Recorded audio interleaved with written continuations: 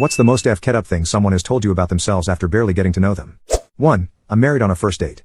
2. A woman sat next to me on a plane once and randomly told me that when her husband had his buddies over, she would strip naked and let them have their way with her, and that her husband was into it. Okay. 3. I got hired at a Dunkin' Donuts in a very small town in Maine. The general manager disclosed with me during the interview that she had slept with her biological father. She wanted to make sure I heard it from her before I heard it from anyone else. 4. I had a lady start at my job and in a very quick succession.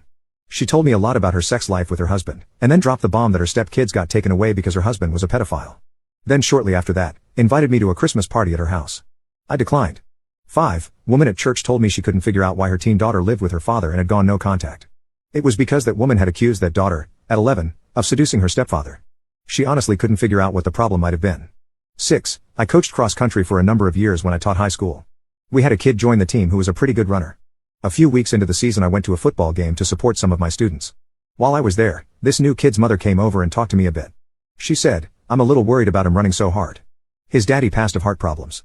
Then she paused and said, "Well, not the man he thinks is his daddy, but his actual daddy." I spent the next 3 years convinced that I was going to accidentally spill the beans to that poor kid.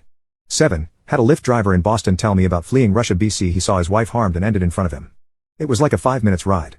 8. I was working in the oil field and I can't remember exactly what I was doing, but I was in our tool shack putting something together, and one of the indigenous guys we employed while working on their land came in and just opened with the fact his wife committed suicide in bed beside him one night, and he woke up to that.